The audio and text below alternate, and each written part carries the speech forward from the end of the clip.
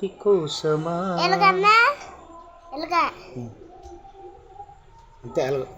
నీతి లేని మా జాతి కోసమా రక్తాన్ని కార్చినావు ఓ యేసయ్యా. నీతి లేని మానవుల కోసమా రక్తాన్ని ప్రోక్షణగా చేసినావయా.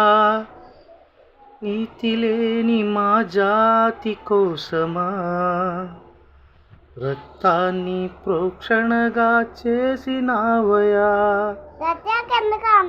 నీతి లేని మా జాతి కోసమా రక్తాన్ని ప్రోక్షణగా చేసినావయా. ఏమిచ్చినా నీ రుణము మే తీర్చగలమా.